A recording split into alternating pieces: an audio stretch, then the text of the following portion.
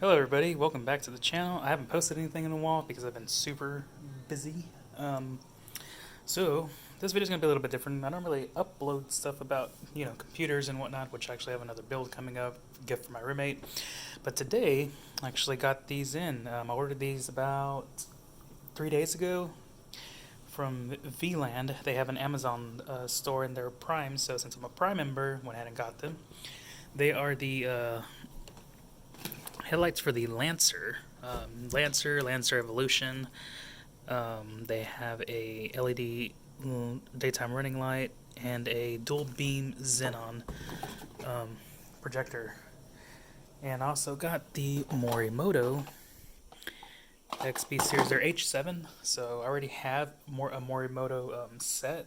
So what I'm going to do is plug these new HIDs into that, and it'll work fine. These do not, from what I understand, come pre-adjusted, so I will have to go in and adjust the beam pattern to make sure it's not too low or too high. I'm not blinding people. Let me go ahead and flip this around a bit to show you the back. Alright, so what we got here, this connects to the harness on the Lancer. This right here is where the bulbs go in, and the wiring comes out so that you can plug it into the ballast or igniter, whatever you want to call it. Sorry, I'm not too good with that terminology there. Let me fix that. Then this right here is for the daytime running light, which is that LED strip that goes around this right here. And it goes plugged into the fuse box. I got to figure out where. I do have a, which is this right here. This is what it comes with. I know if you have like the demon eyes, I think this is what powers that too. And there's another pamphlet somewhere. But yeah, it is currently around midnight right now, so I'll have to wait till the morning to get these installed. But yeah, we have this is the left and right adjustment here, and this is the vertical? Yeah, vertical's up and down. Sorry. Horizontal adjustment, vertical adjustment here. So if I need to, I can easily access this. This one right here, once they're on the car, they should be fine. If not, I do have to do it with the front bumper off to align the horizontal plane there. But yeah, let's go ahead and skip to the installation. Alright, so I'm here at a parking garage. It's pretty packed because all the A&M students are in class and it's raining, so this place is pretty full. Usually it's really dead, but I'm already disassembling the front bumper piece, so I got these 4 support where the screws go in here on top, and there's one right down there. And then there's also 2 right down here that are hidden, so, and then on the side bumper, so go ahead and get this bumper taken off and then get the new lights installed.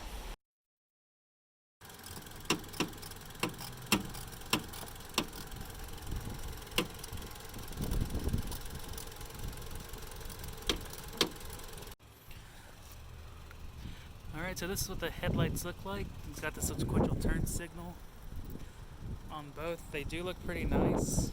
And I got the headlights aimed because they did not come aimed right out of the box, so you will have to do that. I had to use a, Allen wrench to turn them because the normal Phillips head screwdriver was, I couldn't get a grip on it.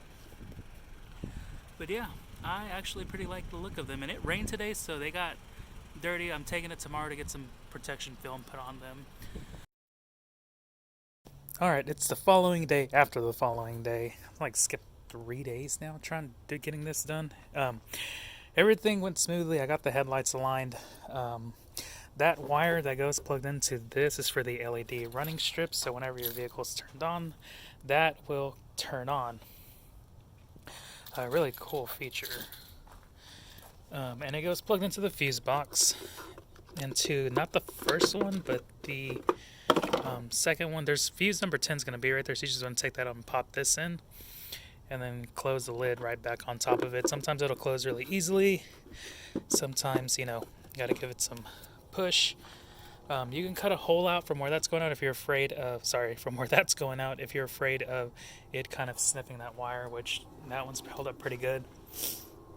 But yeah, I really didn't have much problem getting these installed. I did have an issue where this specific clip here wouldn't go over the square bump, so I had to force it up there, but everything turned out good. I just returned from this company, Ag Solar Guard. They installed a protection film on the headlight. I don't know if you can tell, there's a seam right there, but essentially it protects the headlight from debris from the road, chips and whatnot. I've had it on my other headlights before, and they've worked out really well. So, if you're gonna keep these headlights on for your car for a while and you want them to look nice, definitely invest in some paint protection film, because it'll be worth it, in my opinion. But yeah, damn, I've had so many people just turn their heads while my car's rolling down the road, because I don't know, they're better than the stock headlights, and Mitsubishi should have had done something like this years ago, redesigned the headlight like this. But that's why companies like this exist, to give us options for our vehicles.